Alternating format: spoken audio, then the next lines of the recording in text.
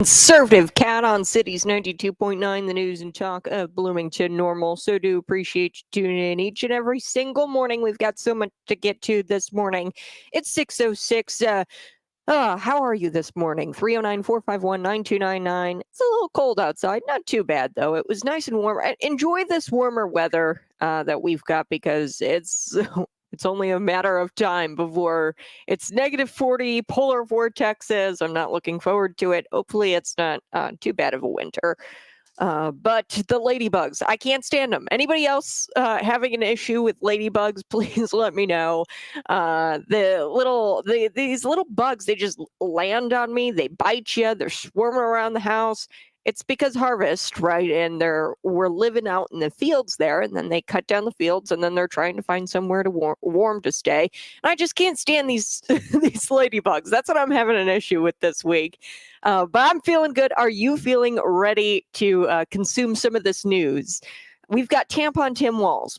He's big mad. He's really upset, and he starts to accuse Donald Trump of being disrespectful to a specific group of people, which we're going to get to, but he's big mad about Donald Trump's campaign stop at McDonald's, where Donald Trump was passing out sandwiches, McDonald's bags, fries. This was a great campaign stop. This was fantastic. It was Donald Trump trolling Kamala Harris. So we're going to get to that. Plus, Donald Trump, I think he won the presidency with this McDonald's drive-thru thing. I don't know about you, but throw it in the comments section. I'm live on YouTube and on Rumble. You can comment there and subscribe and follow me on Rumble. Did Donald Trump just win the presidency through at a McDonald's drive-thru? Also, I want to know what your favorite menu item from McDonald's is. Throw it into the comment section or text me 309-451-9299. My favorite was the snack wrap, but they got rid of it. And ever since they got rid of the salads and the snack wraps at McDonald's, I stopped going. I don't go to McDonald's at all. It's not good for you. There's a balance to everything. You can get, chicken nuggets once in a while, and you're not gonna, die of a heart attack from that. But I'm seeing a lot of leftists. They're saying, oh, Donald Trump, he's got this whole make America healthy again. And how could he be doing this? And it's like, relax, people. OK, he's talking about going after the CDC, going after the NIH and making sure that they're actually regulating these companies and making sure that these companies aren't putting additives or chemicals in the food.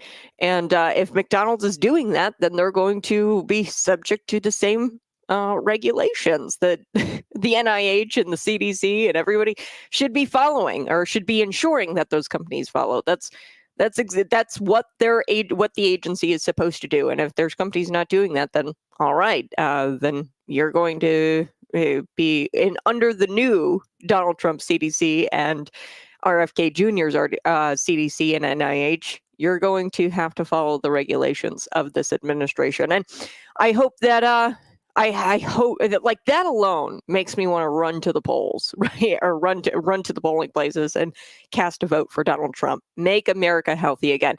But I think Donald Trump won the presidency at the McDonald's drive-thru.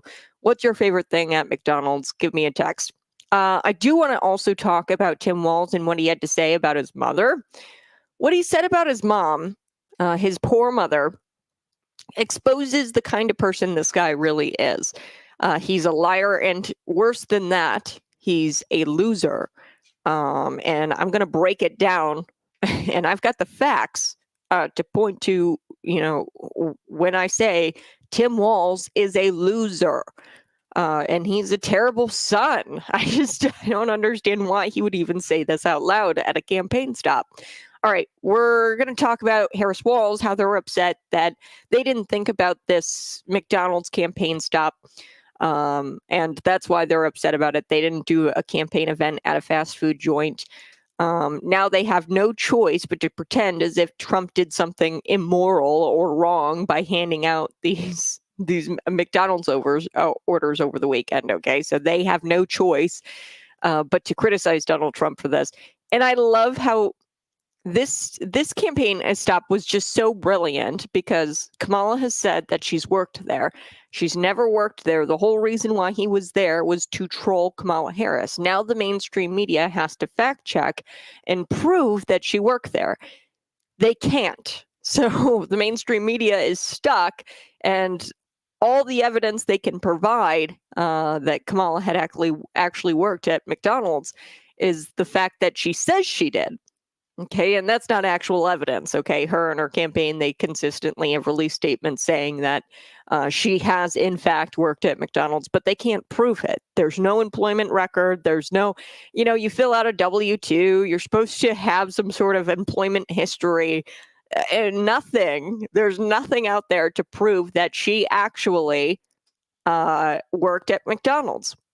So Tim Walz went on The View and he trashed Donald Trump, and he claimed that he was disrespecting McDonald's employees. Let's take a listen. Vice President Harris and I grew up middle class. We understand that. She actually worked in a McDonald's. She didn't go and pander and disrespect McDonald's workers by standing there in your red tie and take a picture.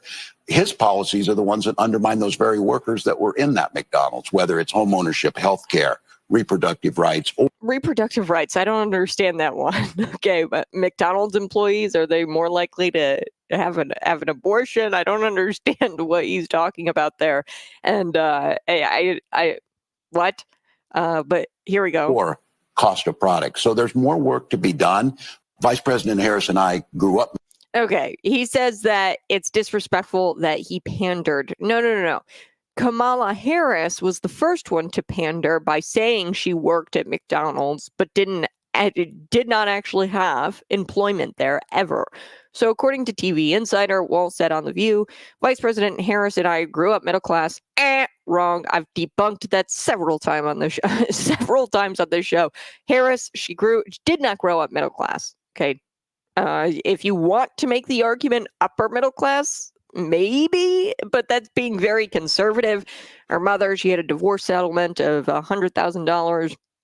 That was just a check from her very wealthy husband, and she's wealthy. They both graduated from Ivy League schools.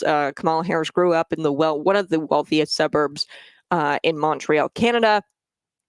Not to mention, she also comes from a lineage of slave drivers, slave owners. Hamilton Brown, right? This was her fourth great grandpappy. He was a slave driver, slave owner. So tell me again, she's middle class. Also, Tim Walz, you're not middle class. You actually went to China 30 times on a teacher's salary, allegedly. What? Who was paying for your trips, Tim? Who was paying for your trips? Because I don't know a single school teacher who can afford to leave the country 30 plus times. He did not disrespect the McDonald's workers. She did originally when she lied about working there.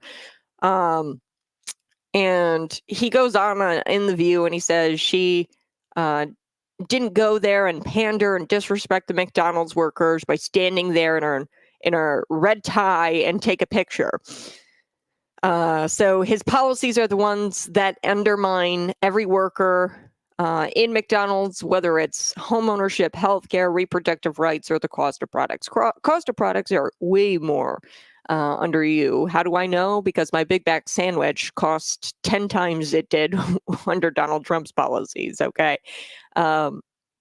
Also, home ownership. We know that nobody can even get into a house right now under the Tim Walz policy. There's a ladybug in here. There's also healthcare. Americans are more unhealthy than ever right now. So, I love how he brings up the whole, I grew up middle class. We know you didn't grow up middle class. We know that Kamala Harris didn't grow up middle class. And, I checked with every single McDonald's worker in the nation, and not a single person felt like Tim Walz or like Donald Trump was being disrespecting them, okay, by just trolling Kamala Harris, because that's what he was doing. He was disrespecting Kamala Harris. He was trolling her. And, to imply that he was trying to disrespect the workers, I don't know. I feel like Tim Walz addressing them as if they're as pathetic as he thinks as he thinks that they're pathetic. You know, do you think that the employees are so weak and so offended by this non-issue? I don't think so. Okay. Most McDonald's employees probably don't even know that Donald Trump went to a McDonald's. Okay. Um, they're busy working. The only reason why I'm tuned into it is because it's my job, right? And I'm tuned into the news. A lot of these people don't have time to check in with the news, but I highly doubt that they're going to think that Donald Trump working at a McDonald's is disrespectful. They're going to look at it and they're going to say, who cares? It's a non-issue. Okay.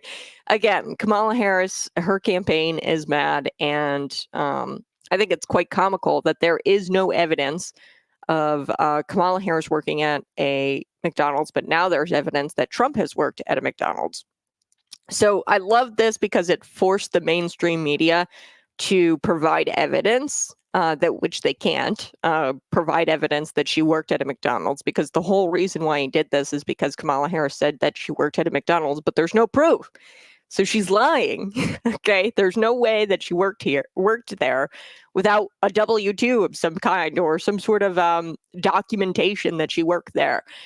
So like I said, this whole, oh, I grew up middle class, it's not really resonating with the swing voters, with Pennsylvania, with Michigan.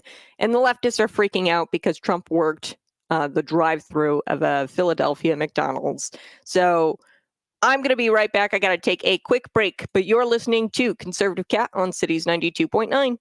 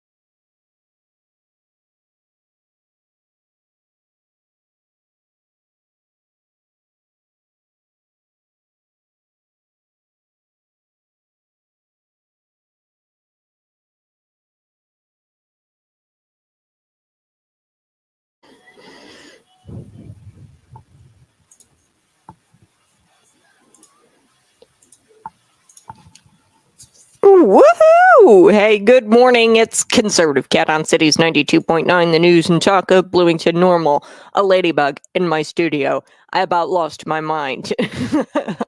Gosh, these little things are everywhere. I don't know what's wrong, what's going on. Well, I think it is. It's because the winter wasn't as bad last year, if I can remember. It wasn't a whole lot of snow. I know we got like one good freeze. It was like a polar vortex. We get that around like January, February. We got like one of those. I don't think that they died off. Usually the bugs aren't this bad. I know sometimes you get those little fall stink bugs too. They're like big. I can't.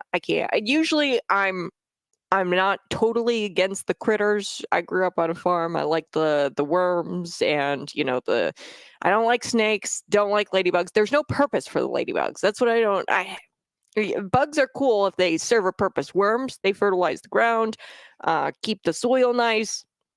Ladybugs, they just stink and then they bite you. What? No. Get out of here. Before I took the break, I was telling you a little bit about how the leftists are freaking out because Donald Trump worked at a drive-thru at a Philadelphia McDonald's. And today's show is kind of breaking that down for you. This is Trump trolling.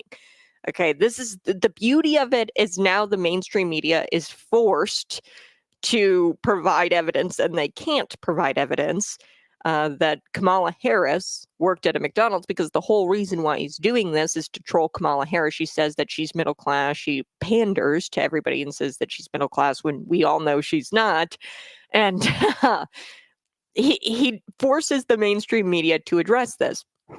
So this is Trump trolling at his finest. So while the left would love to portray Trump as an out-of-touch rich guy, and he does not pander. Okay, he doesn't sit there and say, "Oh, I am a man of the people," right?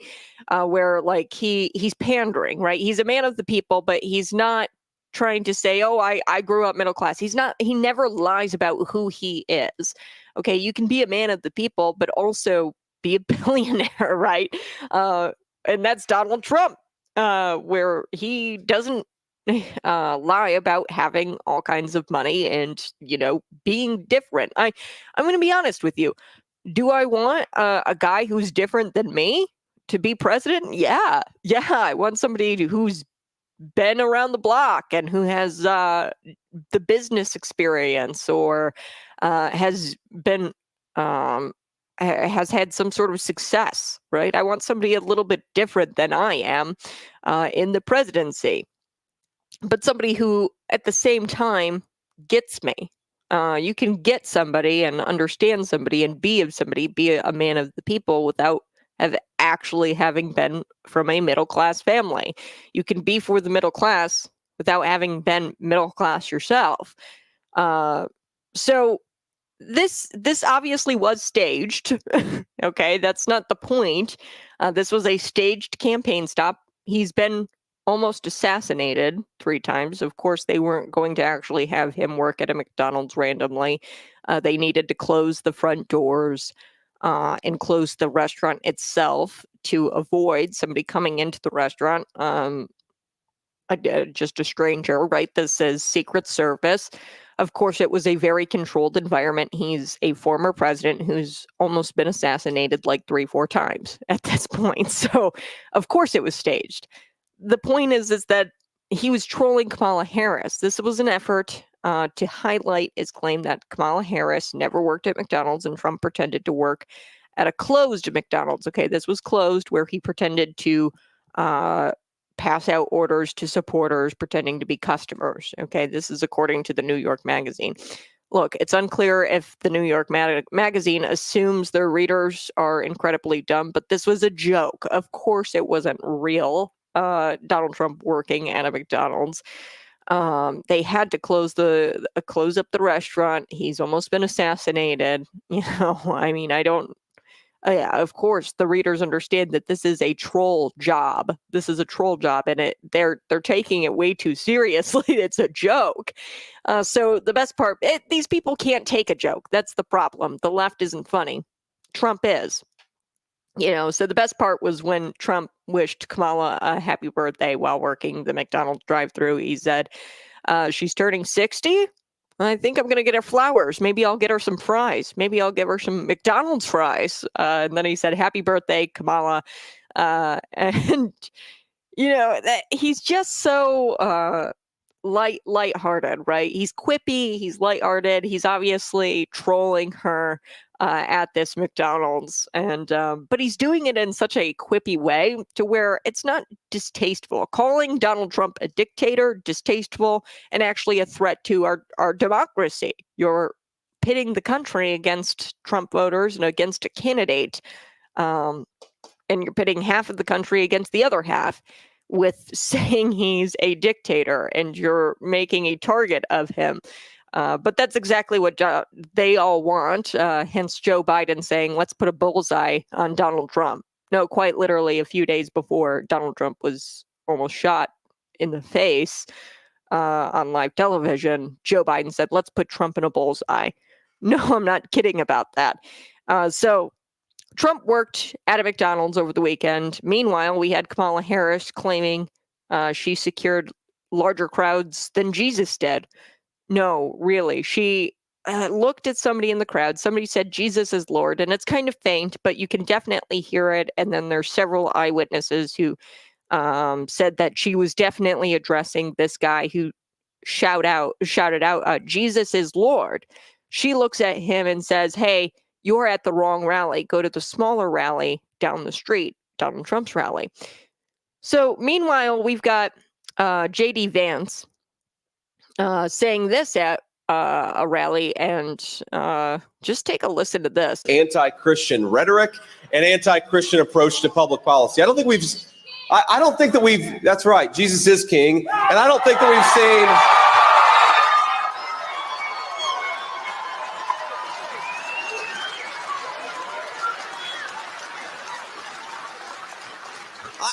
I don't think that we've seen anything like this in modern American politics. Okay, so it's not even just the fact that she said to somebody in the crowd who said Jesus is Lord that they were at the wrong rally. It's the fact that she is anti-Christian when it comes to policy. The Biden-Harris administration is probably the most anti-Christian administration in modern American history.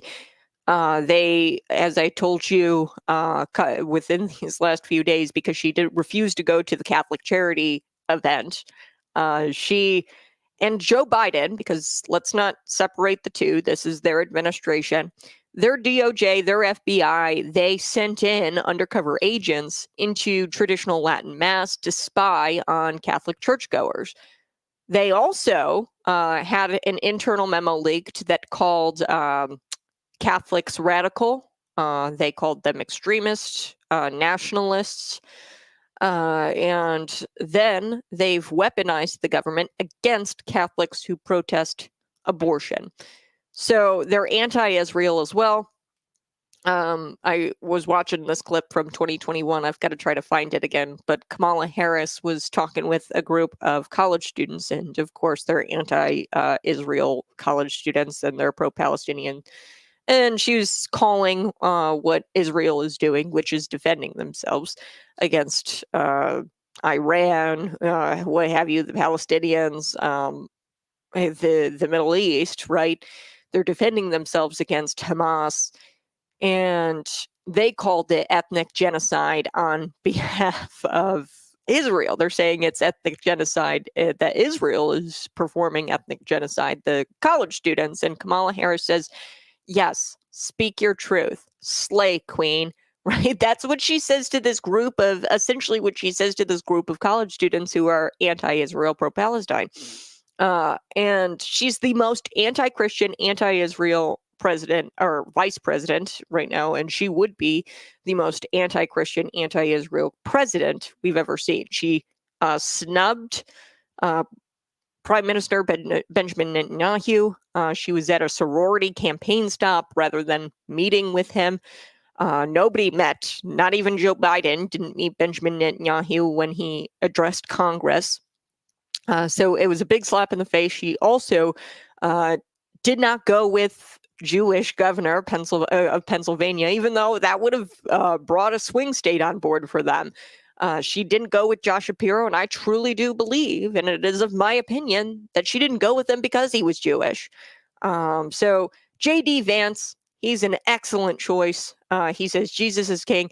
It was so bad, her whole Jesus is Lord comment, where somebody at her rally says, Jesus is Lord. You know, she was talking about abortion and celebrating abortion, and there was thunderous applause. And then finally somebody said, enough's enough. I'm going to scream it out. Jesus is Lord at this rally. And then she points at him and says, you're at the wrong rally. There's a smaller one down the street. And that did not go well, because now she's campaigning at this Baptist church in Georgia. She's trying to get the Christian vote, and she's trying to really make up for what she said at that weekend rally. And nobody's buying it. Okay, everybody saw what you did. You denied Jesus at your rally. And, we've got J.D. Vance here saying Jesus is king. So I'm going to be right back. We're going to talk a little bit about Tim Walz and what he said about his mom. And it really proves what a loser this guy actually is. Tim Walz is a loser. He's a liar. And I've got the facts to back that up. I'll be right back.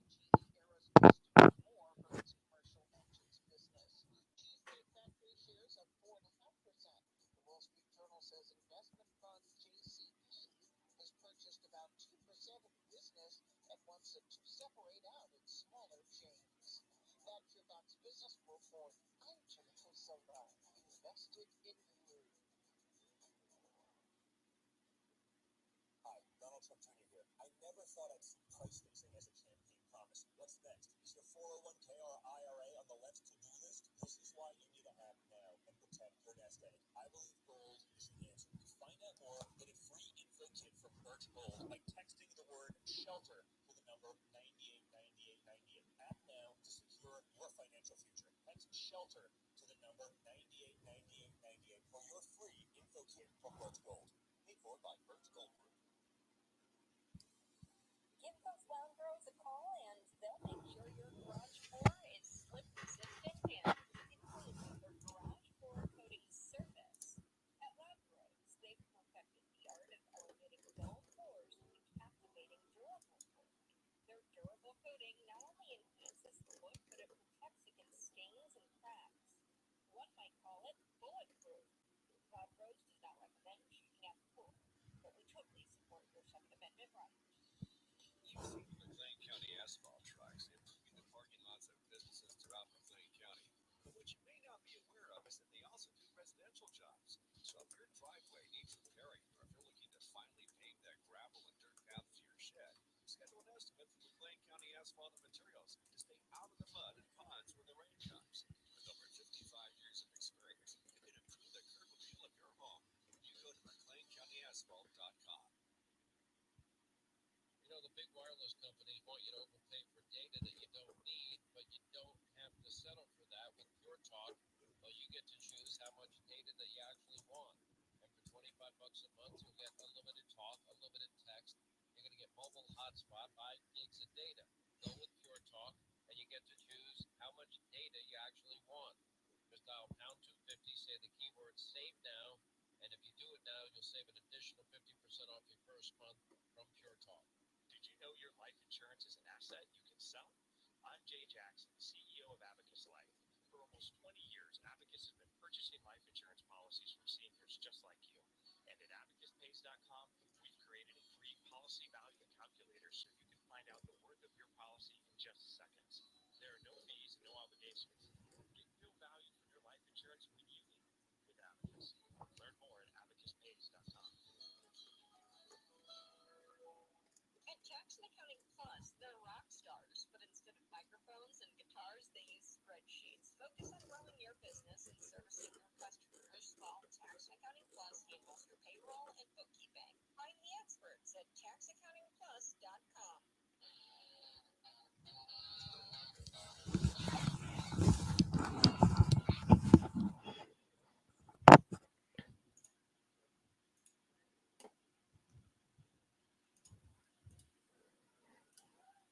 Woo! Hey, good morning. It's Conservative Cat on Cities 92.9, the news and talk of Bloomington Normal. Dan Brady, he officially filed his nominating petitions to run for mayor of Bloomington. Oh boy, he submitted the maximum allowed number of signatures. He is a career politician, folks, and let me break this down for you. Dan Brady, over the last couple of years, has been lost. He has had no idea what he wants to run for, and he has looked at the 17th congressional district. He was looking at the 88th Illinois House district. I mean, this guy has been shopping. He lost his race for Secretary of State back in, oh gosh, I don't know what it was, 2022, I think it was. Anyway, he ran for Secretary of State and he lost. Now he's been shopping for some sort of office that he wants because he's a career politician. And here's the problem with that, folks. He has made a living in the public sector. You are not a public servant. You are taking taxpayer money. You are living in the public sector and living off of the public as a career. You should not want and be job shopping for elected offices. Like, you should not want to. This is something, it's like serving your country. Okay, to be a true public servant, you don't want to go and serve as the mayor. You don't want to go, but you have to. I mean, that's what public service is. It's not fun, getting into politics, trying to do the right thing by the taxpayer. It's not always popular. It's not always fun. Look at what Donald Trump's going through, right? I mean, he got shot in the ear because of serving the public, and that is clearly a public servant, somebody who does not have to, has billions of dollars, does not have to go into the public sector, but is willing to go into the public sector because he wants to do right by the taxpayer. Dan Brady wants to get into the public sector because he wants to make money. Okay. And he's lonely and, gosh, I can't stand these people. It's shocking. We all thought that he was going into the 17th congressional district. We all thought he was going to go into the 88th state house district. He couldn't make it in those areas, so he settled on Bloomington mayor.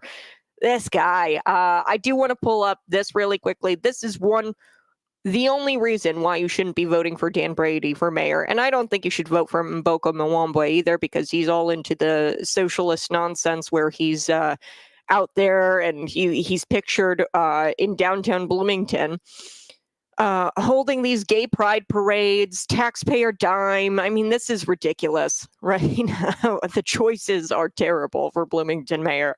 And if I lived in Bloomington and if the choice was before me, I would just not vote for in that race. I just wouldn't do it. So you've got Dan Brady here. He pushed to raise, and he did at the time, raised your gas taxes. Okay, so at the time, Illinois, now it's exorbitant. I mean, the amount of taxes you pay at the pump. Illinoisans at the time he voted to raise your taxes at the pump had already paid some of the highest taxes in the nation. In 2011, Illinois paid the third highest combined local, state, and federal gas taxes in the nation. As of July 2017, Illinoisans paid the 18th highest gas taxes. It's even higher now because of Dan Brady's push to raise the pump. He raised the gas taxes, voted to raise the gas taxes. He said, "Oh, it's gonna fund public construction across the state." Yeah, well, our roads are still crap. So, and at the time he was pushing this, we were already paying some of the highest taxes. So this guy says this is his campaign promise for Bloomington residents. Okay, this is his campaign promise. Are you ready? He says, "I've heard from countless Bloomington residents who are struggling with rising costs of living." Huh. Are you going to tell those Bloomington residents it's because of you?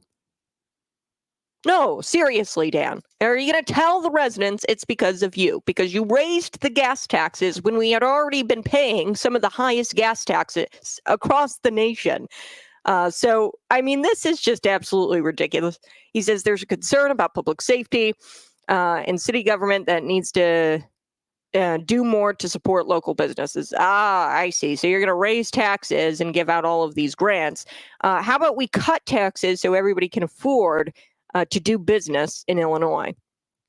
You were part of the problem in the General Assembly when you were there. Your votes were terrible. I could go through your votes. I've got them all right here. I will do my homework and I will pull out some of your most recent votes in the GA. You want to go down this road? Fine. I will pull out some of your one of the worst firearm regulation. Oh, there's one. I'm scrolling through and I'm looking at all of your votes here. I'm sure some of this is going to be terrible if I were to do some digging here. But I just know off the top of my head, he raised your gas taxes, folks. And now he's going to say, oh, I feel bad that Bloomington residents, they're dealing with the rising cost of living. You were the reason why. And you're shopping, you're job shopping. You were trying to get into the 17th congressional district. Then you were trying to get into the 88th House district. I mean, at this point, you love the government sector. And that's the problem. That's the problem. Career politicians who love the government sector and just can't go work in the private sector like everybody else. All right. I do want to get to this coming up in just a little bit. I went too long on Dan Brady. Ooh, it just grinds my gears when people are like, I'm here to solve your problems. I created the problem, but I'm here to solve them. I want to talk about J.D. Vance and how he turned out to be an excellent choice. He was the running mate. Tim Walz is not an excellent choice. Tim Walz got out there and he said something really weird about his mom, and it proves that he's a loser. He's leaving his mom to be dependent on the government and to feed herself with government money. And this guy's net worth is $1 million. According to Forbes. So what? He's just going to leave his mom at risk every month until her government check comes in? step up, help your mom, Tim. Okay. I got to play this clip here on the other side, but you're listening to Conservative Cat on Cities 92.9.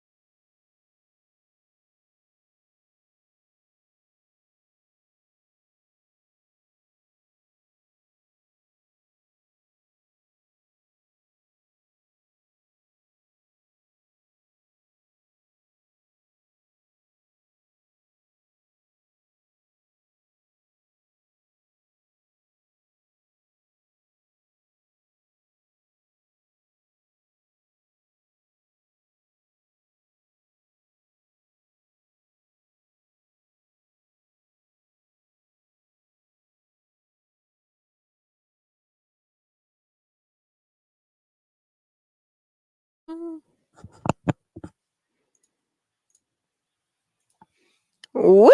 Hey, good morning. It's Conservative Cat on Cities 92.9, the news and talk of Bloomington Normal. Now, before we took the break, I was telling you about this clip of Tim Walz talking about his mother. I do want to get to that clip, but JD Vance, he's proven to be an excellent choice. Tampon Tim, he's a liability. He gets out there, he screws up gaffe after gaffe after gaffe. And Kamala Harris could have gone with Governor Josh Shapiro and effectively taken a swing state. But why she didn't do that, I don't know. She could have even gone with Governor J.B. Pritzker. He's also Jewish. Probably that's also why she didn't pick him or got Josh Shapiro, because they're Jewish. At least Governor J.B. Pritzker could have funded his own candidacy, right? You've got Tampon Tim here. He's the pick. And they're concerned about losing this particular community in Michigan. And this particular community in Michigan, they are winning. Trump is winning. And they're going to vote for Trump in that community anyway. But like I said, Walz has had gaffe after gaffe after gaffe. He was in Michigan. He was talking about his mother, and this clip about his mom just kind of rubs me the wrong way. He says his mother is dependent on the government and she's unable to feed herself until she gets her Social Security check. Somehow, I guess this is Donald Trump's fault, even though the current administration is there. Somehow this is Donald Trump's fault and his mom isn't able to get her Social Security checks on time. Sounds like the current administration is who you have a beef with, Tim, but he is also saying it's Donald Trump's fault, not the current administration, but it's also your fault, Tim. Tim Walz, why are you leaving your mom dependent on the government to feed herself? I do want to play this clip. Yeah, let me play this. This is a good one. Here's Tim Walz talking about his mom. Here we go. You know what? When my mom looks for that Social Security deposit to be made in her bank account, that's how she's going to feed herself. That's how she's going to get things done. He doesn't give a damn if his Social Security check comes or not. You know what? When my mom... Okay. What? You have a net worth of over $1 million, dude. And you're leaving your mom starving every month until her government check clears? Weird Walz thinks that this makes Donald Trump look bad. I'm sorry, but your net worth is considerably higher than mine probably will ever be, $1 million. And I'd take care of my mom. She's not at that age where I gotta go take care of her, but I would definitely go do that, and I wouldn't make her go hungry until her government check comes along. So if he's telling the truth here, he accidentally exposed himself as a loser. Okay. I don't know if he was trying to give like a personal analogy to score points on Donald Trump, but I mean, I think he would have, it would have been better had he said something like, oh, you should have gone, or I went up to a Trump supporter, or there was a Trump supporter who came up to me in Pennsylvania. He could have done this, played it out this way. A Pennsylvania voter used to be a Trump supporter, came up to me and he was talking about how his mom needed the Social Security check and how this is the first time in his life that he's going to be voting Democrat, which I'm sure that would have went over at least a little better, because this by saying this about your mom, it just kind of makes you look like a loser. If you were to say, oh, a Pennsylvania voter or swing state voter came up to me and said that he's going to be voting Democrat for the first time because his mom needs his Social Security checks, that would have been better, a better like tactic or strategy technique.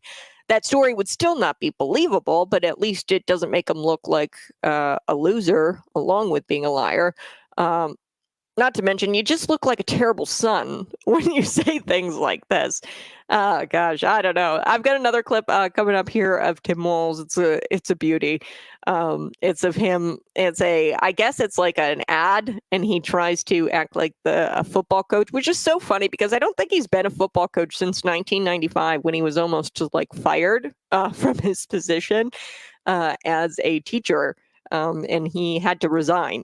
So I'm going to get to all of that here next on Conservative Cat. You're listening to Cities 92.9, the news and talk of Bloomington Normal.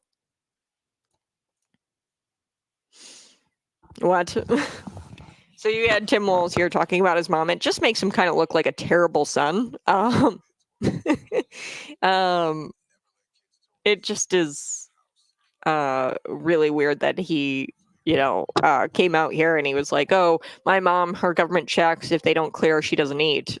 You have a net worth of $1 million. Do you not take care of your mom, Tim?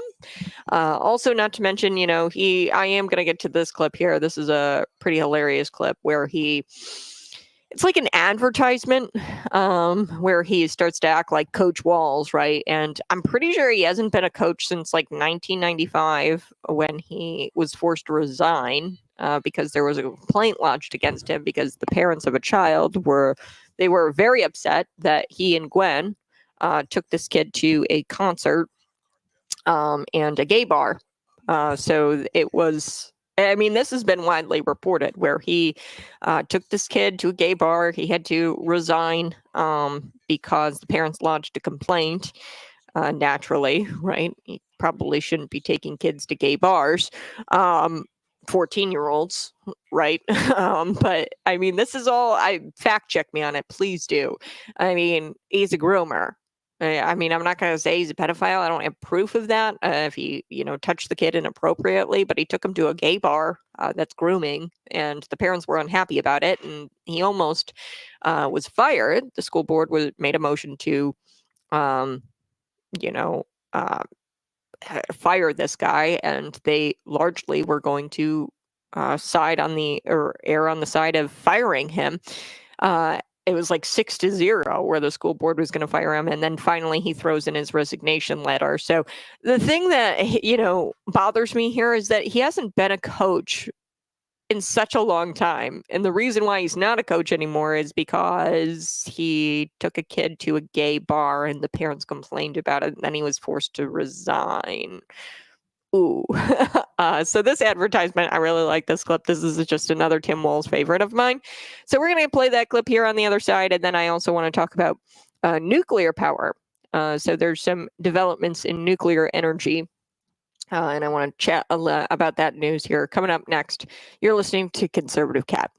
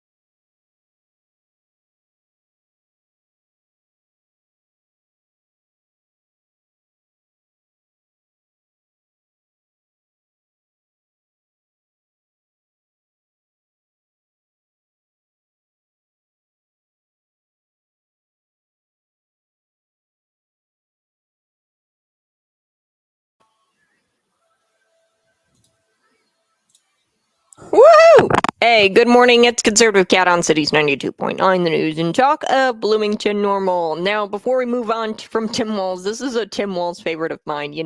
I was talking about Coach Walz here, right? Coach Walz, he hasn't been coach since I think like 1995. He was ousted from his role, really, as a coach because of an issue with a student, 14 years old. Took him to a gay bar, took him to an Indigo Girls concert, and the parents had a problem with that, lodged a complaint. The school board then filed the motion to fire him, but prior to being able to vote on that, they um, they put in their resignation letters, both Gwen and Tim Walz. Okay, back in 1995. This is all fact checkable. Go ahead, fact check me on it, folks. I call him Groomer Tim. Groomer Tim. I can't call him, a pedophile. I can't say any of that because there's no evidence of that. However, he took a kid to a gay bar and to a concert. The parents were upset by that. That's what we call grooming, if I remember the definition of grooming correctly. But he hasn't been a coach for a long time. So to pull out these stupid little ads where he's, Coach Walz and, he talks about football. It's just it's so disingenuous. The guy's not even a football coach anymore. Hasn't taught in over 20 years. And it's just so disingenuous, especially when you know how and why he left teaching. So let's take a listen to this. Here we go. Here, our base defense was a 44, but here's the thing: you draw up this game plan, you're going to use it. Donald Trump is no different than that. Their game plan is titled Project 2025. And there's several big pieces of this that are going to impact you. An abortion ban, taking away your right to make decisions about your body. They are going to threaten IVF and infertility treatment, but they're not satisfied with that. Now they're going to start monitoring pregnancies. This part, raising costs for you. So the first thing they're going to do is they talk about slashing taxes. But for billionaires, add 20% to everything that you buy. They want to get rid of overtime protections. And then, of course, the last one on here, unchecked power. Put folks in the Pentagon that are loyal to them. Medicine and disease. He's talking about putting people in who deny that those things happen. Gutting our public schools, undermining programs like Head Start. That's their goal. Putting in people who put Donald Trump above the Constitution. That's the game plan. That's the game plan. Donald Trump wants you to think that this is going to be good for you, Project 2025. In football terms, they want you to think that this player right here, the quarterback, is going to hand the ball to the running back coming around this way. And the real play looks like this. This guy flips the ball here, and they run around this way. This is the tell. And I will call that Donald Trump. He always cuts taxes for the billionaires. He never follows through with the middle class. Our linebackers are watching that guard, and they will read. So this linebacker is you. Getting to the polls, voting. You got our chance to stop this. Let's play defense, folks. Let's play defense, folks. Yeah, you guys have to play defense. This whole or cutting taxes for the billionaires. If you were to watch the Bloomberg interview with Donald Trump and Mickelwaith, whatever his name is, he was really debating Donald Trump about tariffs. Sounds like Donald Trump is really anti-big corporation and how they take jobs and move them away from the United States. So, for example, who was it? Stellantis, right? They have been investing, and they plan to invest, $6 billion into their Brazil plant by 2030. From 2025 to 2030, they want to invest $6 billion. Meanwhile, if you know anything about Stellantis, they have a plant in Belvidere, Illinois, and this plant has been shut down. And they've said that, we're going to reopen it, and they have yet to reopen it. So what Donald Trump, with his plan, what he's going to do is put a tariff on this big corporation and say, hey, no, you can't import all of your goods. They make cars, Stellantis. If you can't import all of your cars into the United States without paying a 50% tariff, that's going to open up their eyes, and they're going to say, hey, it's almost cheaper, and it is cheaper for us to operate in Belvidere, Illinois. And let's move all of our operations over to the United States. Okay, so that's not pro big corporation or billionaires. That's actually anti-billionaires. Donald Trump is anti-billionaire. That's his plan. That's his economic plan. If you were to sit and listen to Donald Trump during the Bloomberg interview, you'd know that.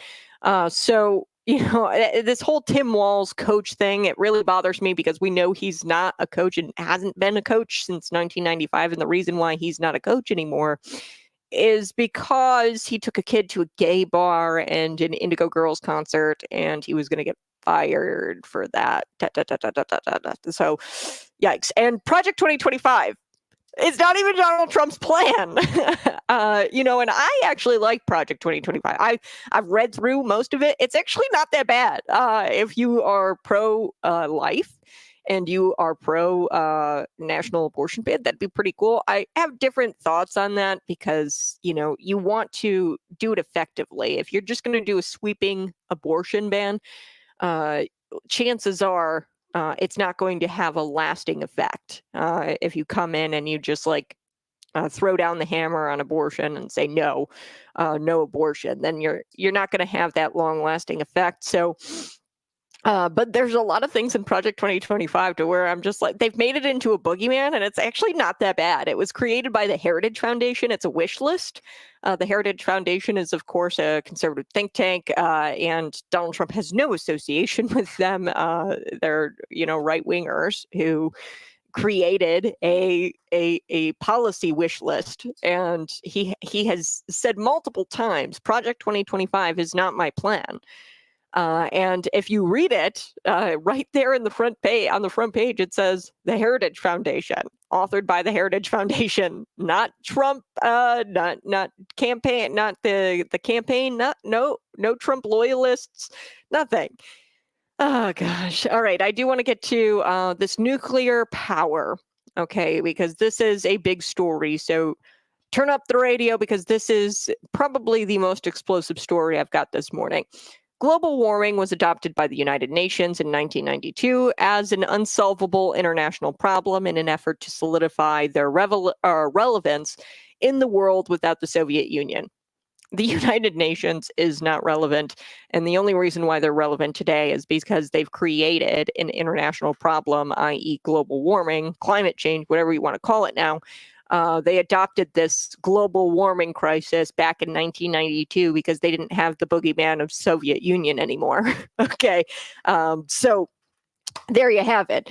But I am willing to talk about nuclear. I really am, because I get it, with a growing population, which we're not really growing all that much right now. At least the United States, but with a growing population and so-called non-renewable nature of fossil fuels, it's probably not as scarce as everybody's pretending. It is the so-called non-renewable fossil fuels, right? They say, oh, it's non-renewable. Yes, there is a non-renewable nature of fossil fuels. I can understand that. And we do have a growing population, maybe. And like I said, the non-renewables, they're not as scarce as they say it is. But anyway, I don't think it's a terrible idea to invest in some forms of alternative forms of energy. I don't think it's a terrible idea. Wind doesn't yield the energy that we need. Solar definitely does not yield the energy that we need to make it sustainable or to be sustainable. And I think that the way they create the windmills, the solar plant, or the electric vehicles, definitely the solar plant panels, I think a lot of that is terrible because they're used forced labor practices for a lot of that stuff, specifically the electric vehicle batteries. They have children over in other countries mining cobalt with their bare hands. And I'm not cool with those alternative forms of energy. I do like nuclear power, though. This is an untapped, I guess, alternative form of energy. But I don't like this. You've got Google, Microsoft, and Amazon. They're now planning on investing in small nuclear reactors in an effort to find a carbon-free source of electricity for its artificial intelligence. No, no, not like this. I'm totally for nuclear power. Not when Google's behind it, not when Microsoft is behind it, and not when Amazon's behind it for their artificial intelligence. I'm anti AI. I'm sure if you guys have listened to the program, Conservative Cat, you guys know that I'm not really all about the robots taking over humanity. um, so the only reason why we don't use nuclear power now is because, there's been disasters, so-called disasters. I'm going to explain these. Or near disasters. There was one disaster. Okay, I'll give them that. There was one disaster, and then there's been a lot of close calls in the early stages of its implementation, nuclear power. But I mean, they use this and they point to those disasters. It was in its infancy. Okay. Much like, electric vehicles, there are still disasters, all of them catching on fire in the Rivian parking lot. Okay. The solar panels on top of the Olympia High School roof catching on fire. Windmills just randomly being knocked down, right? There's all kinds of disasters that happen with alternative energy in its infancy stages. I think that we have come to a point where we have a handle on nuclear right now. So let me talk about the disasters that they point to, and that's why we can't have nuclear energy or nuclear power. So the 1979 meltdown at 3 Mile Island is considered a disaster, but it seems like most people don't realize nothing actually happened with that. So there was a partial nuclear meltdown, which sounds terrible, but it wasn't all that bad because all of those duck and cover drills they ran in the 1950s, that kind of scared people. With this nuclear meltdown, this language, right, where they said, oh, it was a nuclear meltdown, and they did all of these like duck and cover drills in the 1950s. And there were no adverse effects with 3 Mile Island. There were no adverse effects. There was no threat really to the environment. There was a study done actually by Columbia University and the University of Pittsburgh where they found even though major damage was done to the reactor, there wasn't any kind of effect on human health or the environment, the health of the environment. All the damage was contained to the reactor. Then, of course, everybody points to Chernobyl. Okay. One of the big reasons for the 1986 Chernobyl disaster, and this is the one disaster, that 3 Mile one was like 3 Mile Island, 1979. Look, we're going all the way back into the Wayback Machine here. Technology has definitely gotten better since 1979. That was a near disaster with the 3 Mile Island. Like I said, it was a partial nuclear meltdown, and there were no effects on human health and the environment. There was a lot of damage done to the reactor. And let's go to Chernobyl now. So Chernobyl, yes, this is the one disaster that they point to. And the reason why Chernobyl was a disaster was because a bunch of communists cut corners when building in safety features. In these reactors, they cut corners to save money. Okay, they didn't build the safety features in the reactors properly because they wanted to save money, because that's what communists do. Communist regimes traditionally don't care about human life. And why would they really worry about safety features? That's probably why we see the solar panels combust randomly. Augustana College, we saw it at Olympia High School. There's several others in Farmington. Some solar panels caught fire. I could go on. The Walmarts, right? At Walmarts, they had solar panels on top of their roofs, and those all caught fire. So I think the reason for that is because they're all built by communist China, these solar panels, and that's why they're such a disaster here in the United States and why they catch on fire.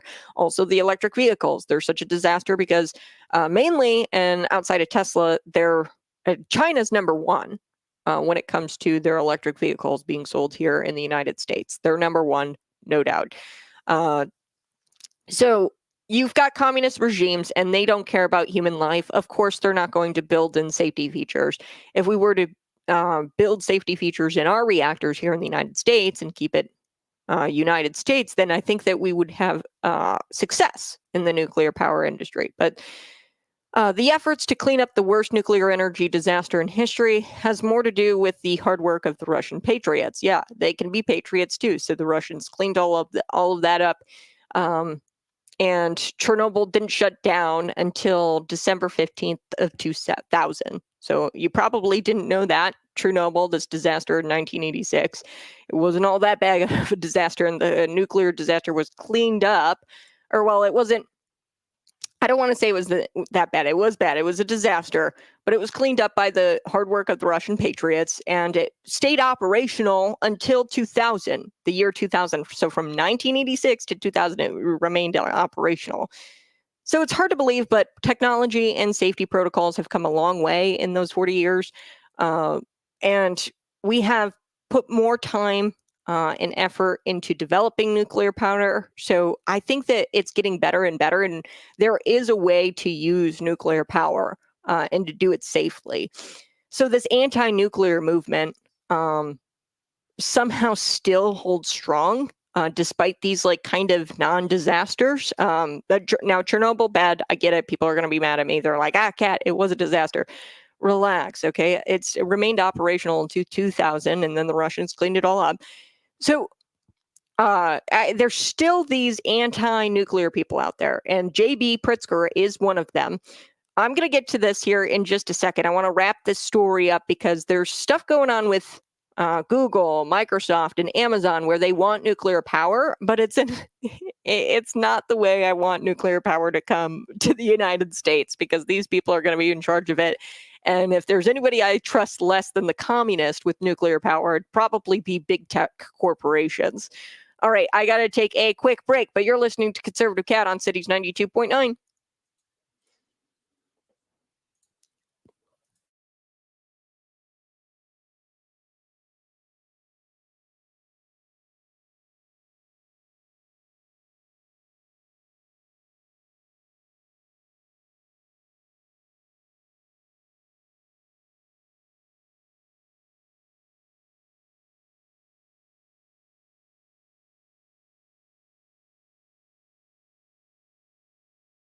Hey, good morning. So do appreciate you tuning in each and every single day. Man, we got a leftist here this morning. JD Vance supports the Heritage Foundation. Okay, yeah, I'm sure Donald Trump supports the Heritage Foundation. They do a lot of great work, and they are conservatives, Republicans who operate the nonprofit organization or the foundation.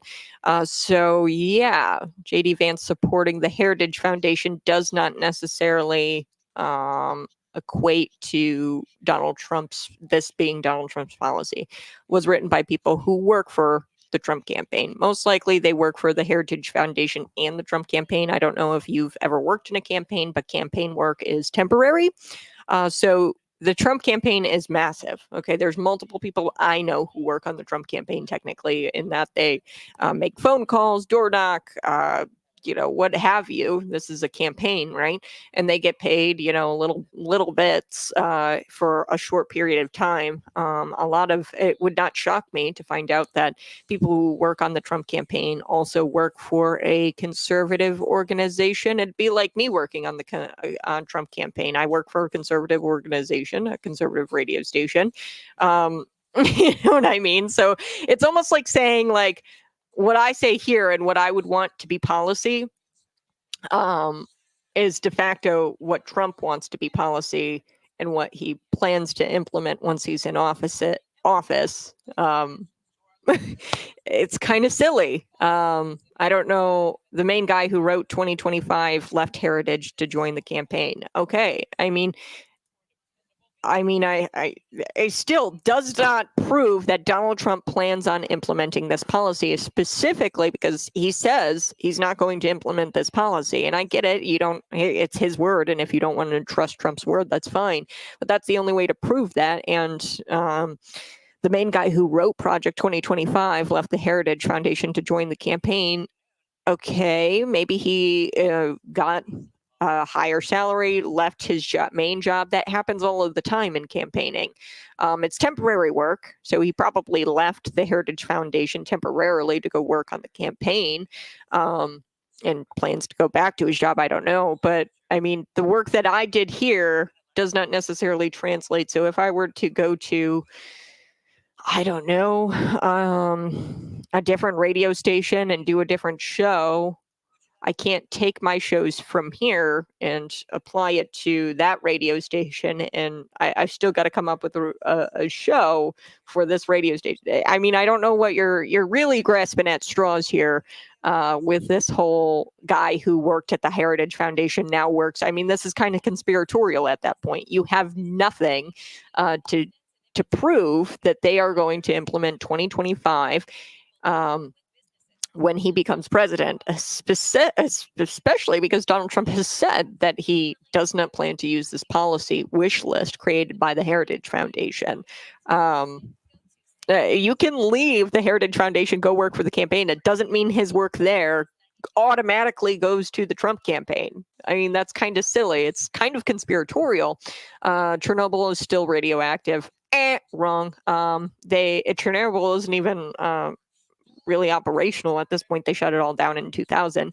But for 40 years it was radioactive. For 40 years it was radioactive from 1986 to 2000. Come on, give me a break. You got to be kidding me with all of that. Now, like I said, it was run by a bunch of communists. That's why Chernobyl was such a disaster. It was ran by a bunch of communists who did not put the necessary safety features in their reactors because they're a bunch of communists, and communist regimes traditionally don't care about human life, which is why their solar panels are crap and why we see children's lives threatened at the Olympia High School when they put solar panels on the top of the rooftops. Like I said, the disaster is because of communism. Communists cut corners when building the safety features in those reactors to save money. Okay, so their fault, not nuclear power's fault, right? You can't point to nuclear power as a boogeyman. That's my point with this. Okay, yeah, Chernobyl disaster, but it was preventable. We know that now, 40 years after the Chernobyl disaster. So yeah, science has affirmed climate change exists. Of course climate change exists. The climate's always changing. Nobody's ever denied that. What is stupid is is the belief that you can change the direction of the wind simply by purchasing an electric vehicle. That's stupid.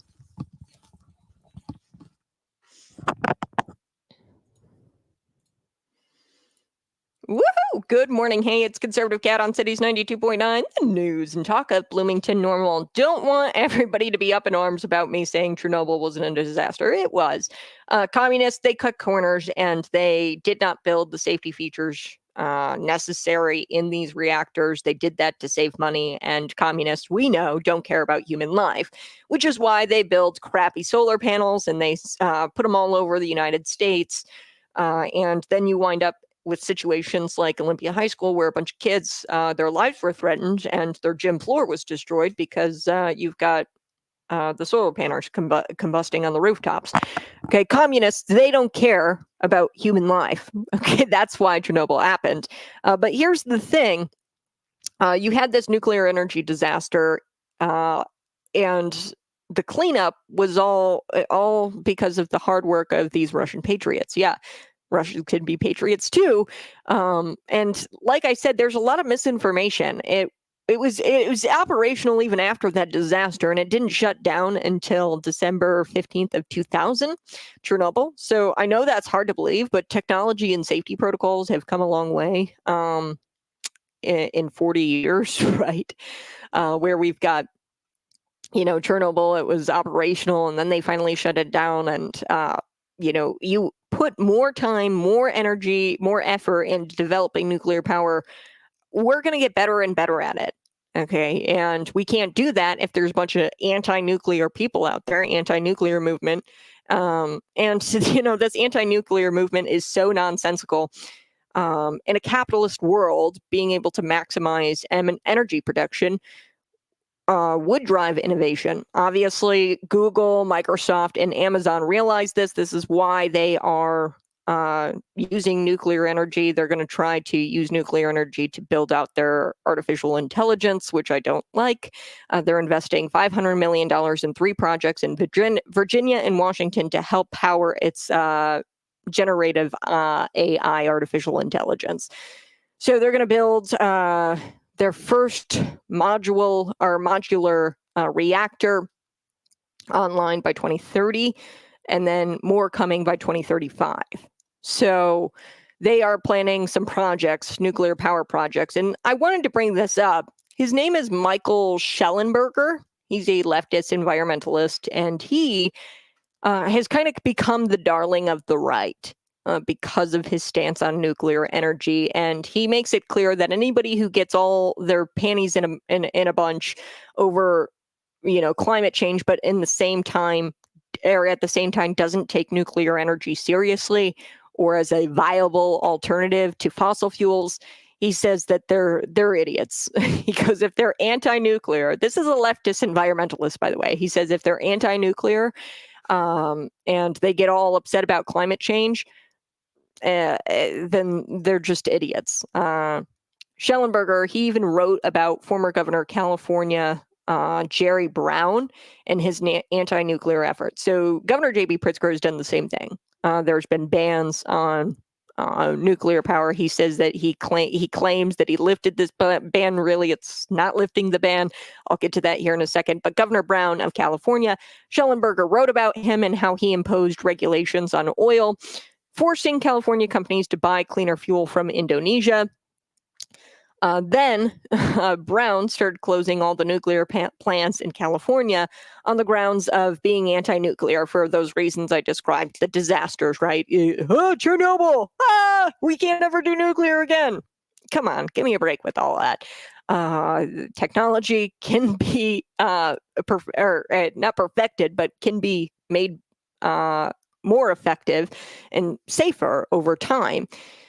So the anti-nuclear policies that he implemented, he obviously did this, we know, because he was highly invested in Indonesian oil specifically. So everybody was forced to buy the Indonesian oil, which he had everything to gain, obviously, from that. So Californians, they had to buy the regulated fuel from Indonesia. And there was no nuclear to compete because of his anti-nuclear policies. So I'm sure that's not a coincidence. Wink, wink, wink, Jerry Brown. Come on. You are heavily invested in Indonesian oil. You were trying to get Californians to buy it because you wanted to line your pockets. So now let me talk about Illinois a little bit when it comes to nuclear power plants, because I'm sure you've heard of J.B. Pritzker being anti-nuclear. And that's why I say he's an idiot. And Michael Schellenberger would say he's an idiot if you're anti-nuclear, and then also say that we need to address climate change. You're a hypocrite, okay? Because nuclear would definitely address climate change, okay? It's an alternative energy source, or it's a viable alternative energy to fossil fuels.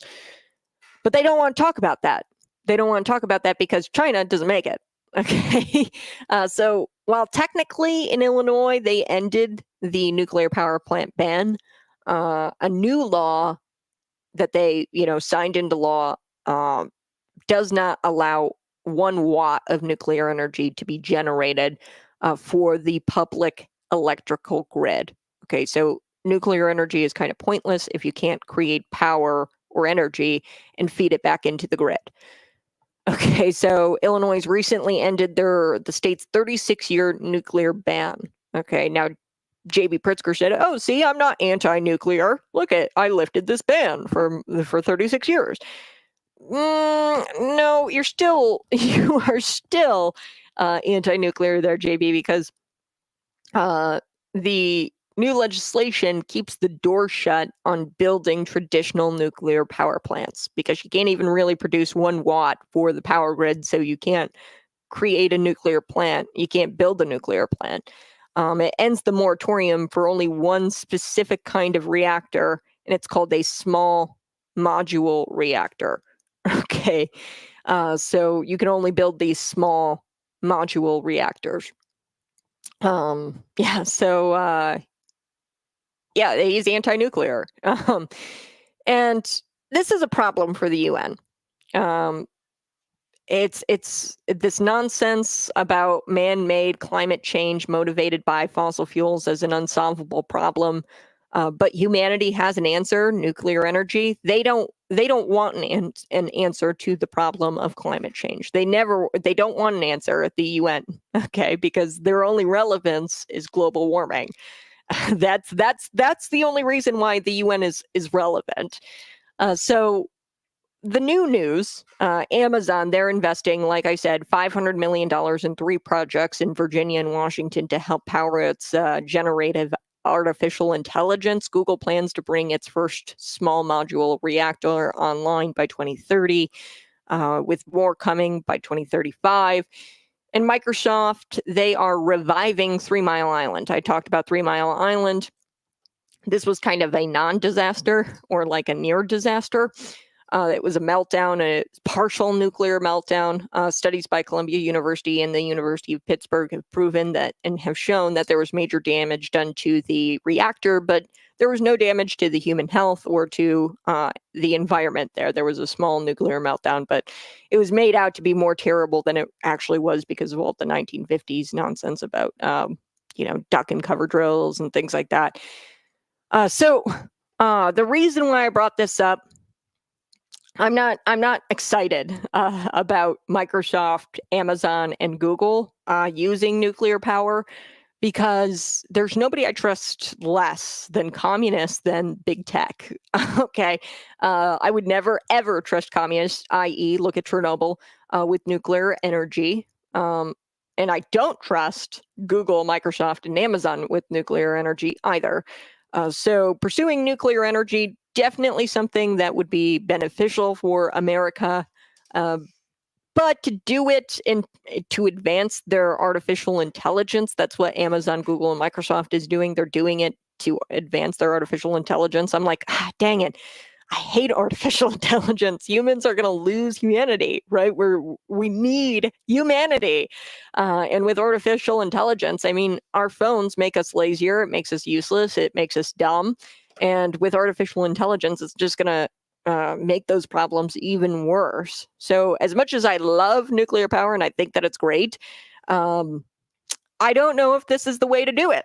Giving all of that power over to, and having Amazon and Microsoft and Google explore this energy, this alternative energy.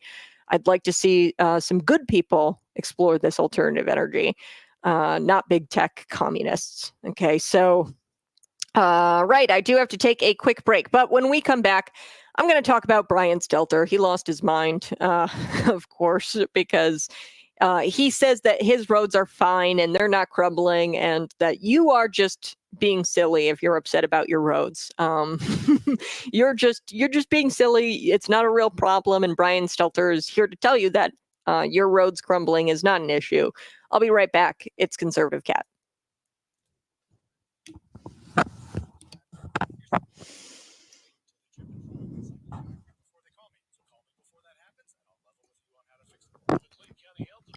Yeah, there's a reason why people are anti-nuclear, and the reason is it's because it's out of the communist hands. They build the solar panels, the electric vehicles. There's no communists that are interested or invested in nuclear energy. Now, once the communists get invested in it, we might have an issue. But nuclear has traditionally always been an American-made thing. We can do it here. So, yeah, how else are we going to charge our electric vehicles when gas vehicles are banned by Kamala Harris? Yeah, Kamala Harris and JB, I think by 2030 or something like crazy like that, or 2050 maybe, they don't want gas-powered cars on the roads. We actually copy-pasted in Illinois. The Illinois legislature copy and pasted California's law regarding gas-powered vehicles, and we just copy and pasted it over here in Illinois. So many issues with that. I mean, what the hell is the point of even having an Illinois legislature if we're just going to copy paste California laws for Illinois and translate them over here to Illinois? It's kind of bullcrap that we even have an Illinois legislature. We might as well just pay the California legislators more to legislate over here as well. Okay, and let's cut costs and let's just have the California legislators, because they're some of the highest paid individuals. I'm telling you, they only work like 4 months out of the year. These state legislators, they also get a per diem of like $157 per day while they're in session. So like, That's insane. $157 per day on top of your like $100,000+ salary, and then you get a car stipend and all this perks and stuff like that. So our legislators are paid very well. You would think the least that they could freaking do is create their own legislation and not copy and paste it from California, but that's neither here nor there. So so many issues with that, but also banning gas powered vehicles, stupid. But the reason why we love electric vehicles is because communist China, they are the leaders in that industry, and they can come over here with their solar panels and their electric vehicles and make all kinds of money, and we make nothing. And what's sad is those products are usually cheap. They don't include the safety features, which is why you see electric vehicles randomly combusting in the Rivian parking lot, or why you see solar panels catching on fire. It's because they don't have the safety features. If it was made in America, they would all be regulated. Everything would be regulated. There would be no forced child labor practices. And don't you forget it. The electric vehicle, every electric vehicle made at the hands of a small child mining cobalt somewhere. I mean, and it's not a green process. The carbon emissions to create one electric vehicle. So if I, ran my gas powered, I drive a Ford Bronco. If I ran that thing into the ground, it would not create as much carbon emissions as it would be to create one electric vehicle. Okay, if I ran this thing into the ground, drove this car for its lifetime, it would not create as much carbon emissions as one electric vehicle as it takes to create one electric vehicle. Okay, it takes carbon to make these things. It emits carbon to make these things. There's factories, there's carbon, okay, that's emitted to make these things. So too many layers of people, cut down emissions, right? Okay, this argument has never really made sense to me. You want to cut down emissions, ride a bike or use public transportation, lazy people. Get rid of personal cars. This argument never makes sense to me. Okay, so people argue that you can do everything. Okay, Taylor Swift then. Okay, let's talk about people who use private jets. Okay, the same people who tell you that you need to ride a bicycle to work every day are the same people who have a private jet and ride their private jet around the United States and other countries. But in the United States, that's not feasible. The average commute time in a car for somebody to get to their job is 30 minutes. That's like that's the average commute time for the average American to get to their job. So a 30-minute car ride, you're looking at 2 to 3 hour bike ride. That's insane.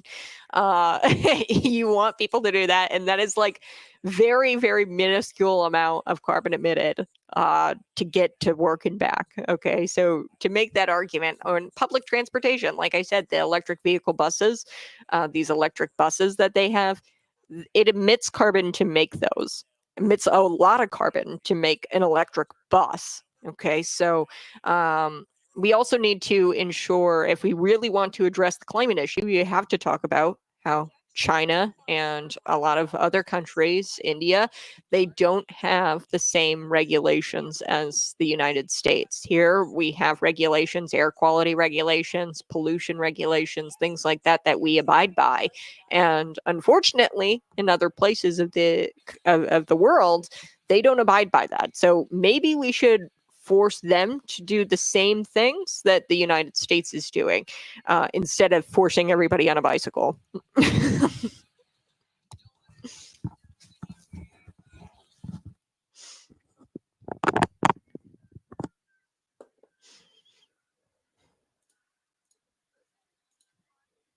Woohoo! Hey, good morning. It's Conservative Cat on Cities 92.9, the news and talk of Bloomington Normal. So do appreciate you tuning in each and every single morning. We've got somebody commenting here talking about green energy. They say, you want to cut down on emissions, ride a bike or use public transportation. I love this. Not feasible in the United States because, unlike other places in the world, the average American, I think it's like a 30-minute commute time to work. Okay, so a 30-minute car ride turns into like a 2 to 3 hour uh, a bike ride. Okay, so I mean, like, come on, what are you talking about? People have lives, people have kids. You want people not to have kids and be home for dinner, to cook dinner? Do you not want to be there in the morning with your kids because you're gonna have to get up, and to live in this leftist utopia where you ride a bicycle to work every day? You're gonna have to get up like 6 a.m. in order to make it work on time. Okay, and then you're not getting home until about 8 p.m. So forget having children, forget having a family. That is just a silly argument. So silly. And public transportation, like I said, the electric vehicles, public transportation, if you're talking gas powered, they definitely emit way more carbon than your personal car. Also, the electric vehicles, to make the electric vehicle, as I was saying, emits a lot of carbon. The process to build this car or build an electric bus emits way more carbon. I could run my my gas-powered Ford Bronco into the ground and still not emit as much carbon as it takes to build one electric vehicle. So there you have it. It's stupid. It's pseudoscience. But I so do appreciate y'all tuning in. I do want to talk about Brian Stelter.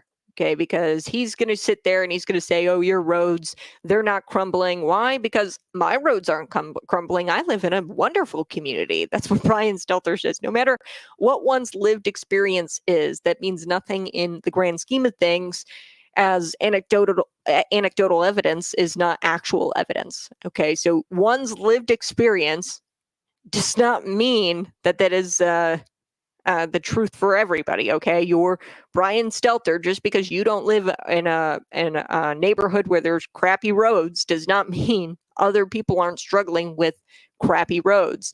Brian Stelter didn't get the memo that just because the roads are nice in his community, that doesn't mean that that's how the rest of the world operates. Okay.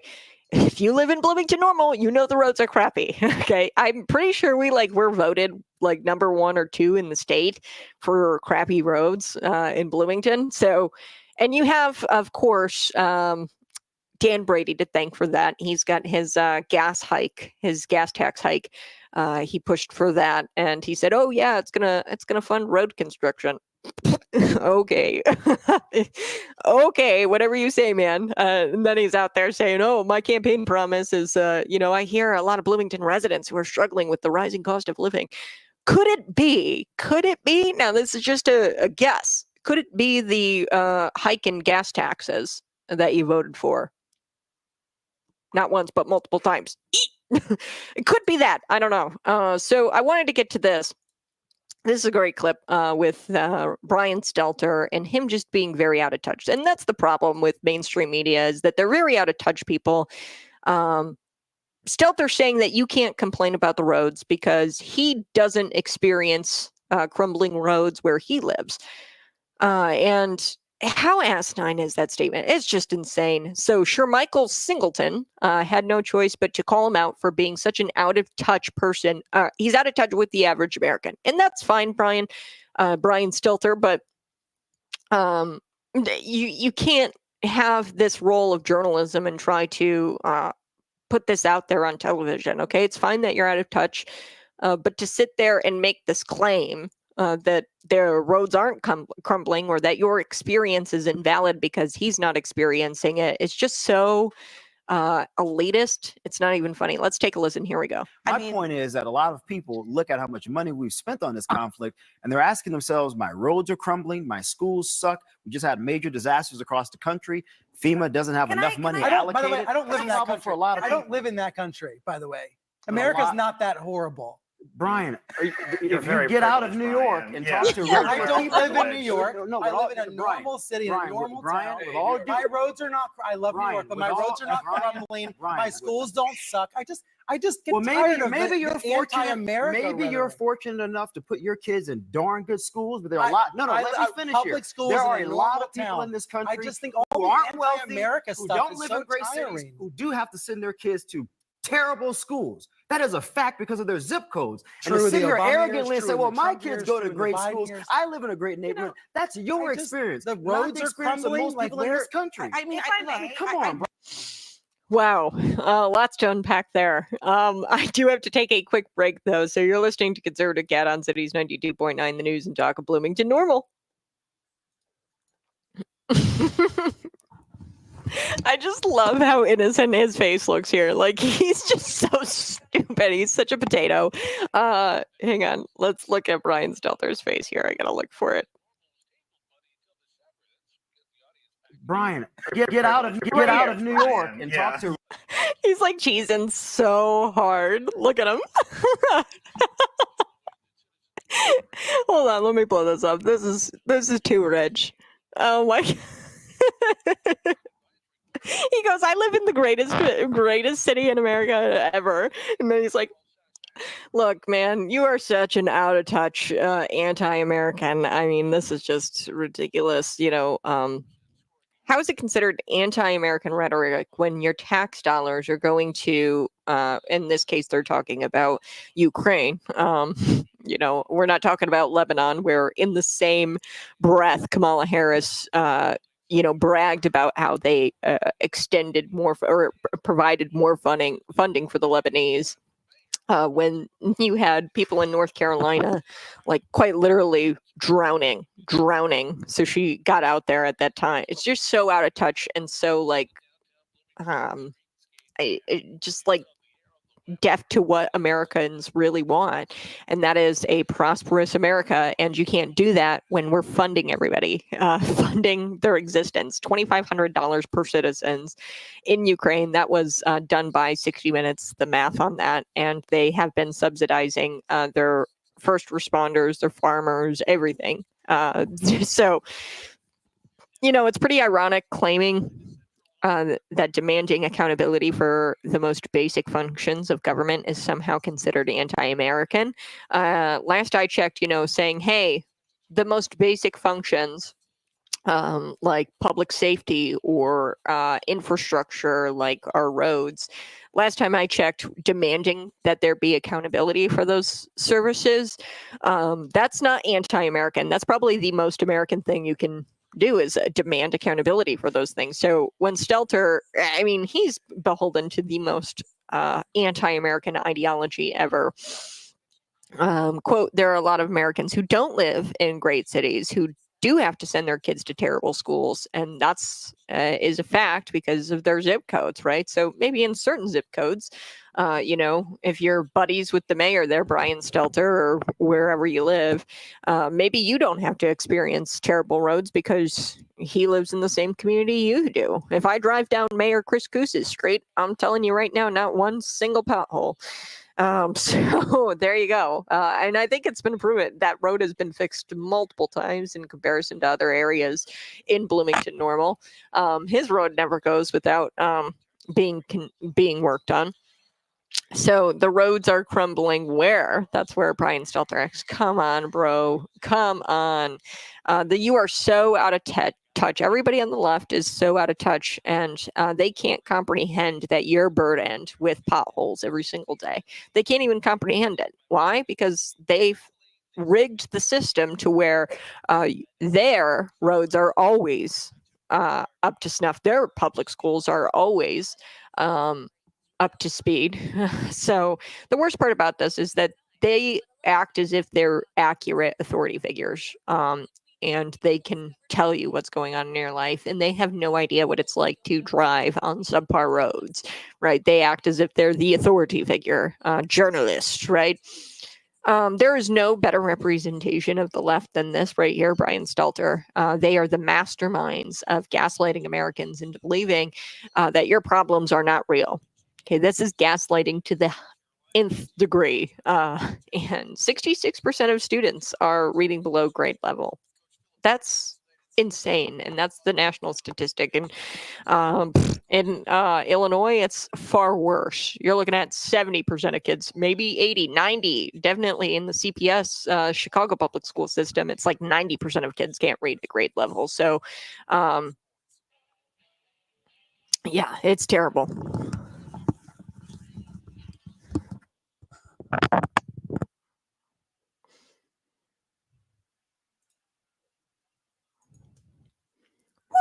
Hey, good morning. It's Conservative Cat on Cities 92.9. Brian Stelter. There is no better representation of the left than this. Brian Stelter saying the roads are crumbling. Where are they crumbling? Give me a break. And they are so good at gaslighting Americans into believing that your problems are not real. Your problems are real. The reason why the Mayor Chris Cousins of the world or the Brian Stelters of the world don't have to drive on subpar roads is because they've fixed the system to benefit them and them only. Okay, and how is it considered anti-American rhetoric when you talk about your tax dollars not doing what they're intended to do, which is the basic functions like public safety or infrastructure, right? You're demanding accountability. That is the most American thing you can do. He says it's anti-American rhetoric to say that your roads are crumbling. Give me a break. Give me a break. Stelter, you are beholden to some of the most anti-American ideology ever. The fact that, and we've got somebody texted in. They said, we're obligated to assist our allies. Okay, yeah, sure. Assist our allies, not fund their entire existence, okay? In Ukraine, it's $2,500 per citizen. We've done the math on this. I think it's like $152 billion that we've allocated over there or earmarked for Ukraine. Not to mention, we're propping up their farming industry, subsidizing all of their farming industry, and then we're paying like 57,000 first responder salaries. That's insane. That goes beyond assisting our allies. That is creating a 51st state of America with tax dollars. Okay, there's a big difference between assisting our allies and, creating the 51st state of America, of the United States. So yeah, he says the roads are crumbling. Where? Oh, gosh, you are so out of touch. And this what really bothers me is that Brian Stelter thinks that he's an authority figure and he can tell you what's going on in your life. He's a journalist, for Pete's sake, right? And he didn't even know what it's like to drive on subpar roads. You've never driven on a road with potholes? I believe it because he's probably pals with his Democrat mayor in his Democrat town, and he gets his road fixed. And he doesn't have to deal with subpar roads. And he doesn't have to deal with the 66% of students who are reading below grade level because they make sure their schools are fine, but not everybody else. So, and it's even worse in the state of Illinois. 66% of students reading below grade level. That's even worse in Illinois. I think it's more like 80 to 90, especially with the Chicago public school system. But you guys have a blessed day. I hope you enjoy your day. We're going to be back at it tomorrow morning, 6 a.m. to 8 a.m. It's Daily Show, Monday through Friday. This has been Conservative Cat. Find me on YouTube and on Rumble and subscribe to the channels today. Bye-bye. Love you.